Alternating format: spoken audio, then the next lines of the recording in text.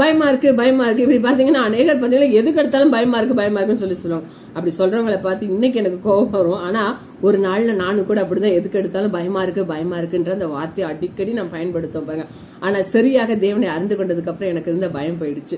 ஒரு தகப்பனும் மகனும் ஆற்று பாலத்தை கடக்கிறதுக்காக அந்த பாலத்தின் மேல நடந்து கொண்டிருந்தாங்களாம். அந்த பாலம் பாத்தீங்கன்னா ரொம்ப பழமையானது. அநேக இடத்துல அது விரிசல் விட்டு அது உடையக்கூடிய நிலையில இருந்துச்சு. கீழே பாத்தீங்கன்னா அந்த ஆற்றினுடைய அந்த வேகம், அந்த தண்ணீருடைய வேகம் அது கோரமாக ஓடிக்கொண்டிருந்தது.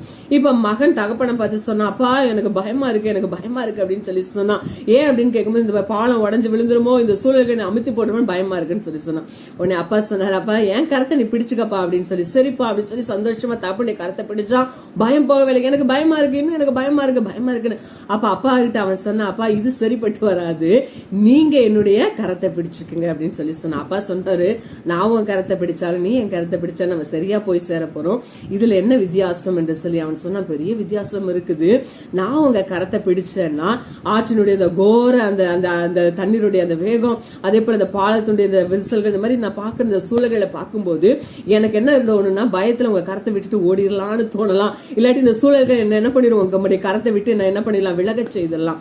ஆனா நீங்க என் கரத்தை பிடிச்சிட்டீங்கன்னா எப்படிப்பட்ட சூழல்கள் பிரச்சனைகள் நான் விடணும்னு நினைச்சாலும் நீங்க என்ன பண்ணுவீங்க, இறுக்கி பிடிச்சு என்ன பண்ணுங்க, விடாம என்ன பண்ணிடுவீங்க, எப்படி என் பிள்ளைய கொண்டு போய் என்ன பண்ணணும், சேர்க்க வேண்டியதை சேர்த்துருவீங்க. அதனால நீங்க என் கரத்தை பிடிச்சுங்க. அதே போல தகப்பன் மகன் கரத்தை பிடிச்சுக்கொண்டா மகன் சந்தோஷத்தோடு என்ன பண்ண தகப்பனோடு போனாங்க. சரியாக அவங்க போக வேண்டிய இடத்துக்கு போய் சேர்ந்துட்டாங்க.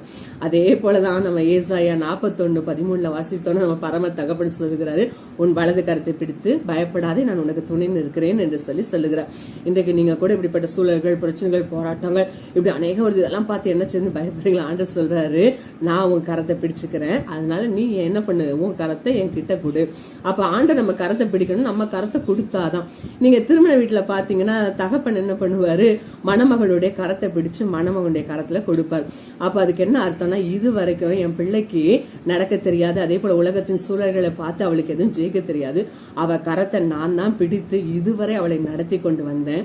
இப்ப என்னுடைய வேலை முடியுது, இப்ப அவளுக்கு ஏற்ற மணமகனாய் உன்னை தேர்ந்தெடுத்து என் பிள்ளையினுடைய கரத்தை உன் கரத்துல கொடுக்கிறேன்.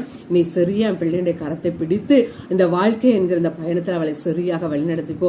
ஒருவேளை பல சூழல்கள் அவளை பயமுறுத்தலாம், சூழ்நிலை கண்டு அவள் கலங்கி போலாம், பல காரியங்கள்ல அவள் கவலைப்படலாம். ஆனா இதை எல்லாவற்றையும் நீ என்ன பண்ணி சரிபடுத்தி என் பிள்ளையை சரியா கரம் பிடிச்சு நீ கொண்டு போய் சேர்த்துருன்னு சொல்லி அர்த்தம். அதனால இன்னைக்கு நம்முடைய கரத்தை சரியாக ஆண்டுடைய கரத்துல கொடுத்துட்டோம்னா இன்னைக்கு அவர் நம்மளை சரியாக வழிநடத்த. உலகத்துல என்ன வந்த பயம் என்ன இருந்தாலும் நமக்கு என்ன கவலை, என்னன்னு சொன்ன நம்ம கரை யாருடைய கரத்துல இருக்குது, ஆண்டவருடைய கரத்துல இருக்குது.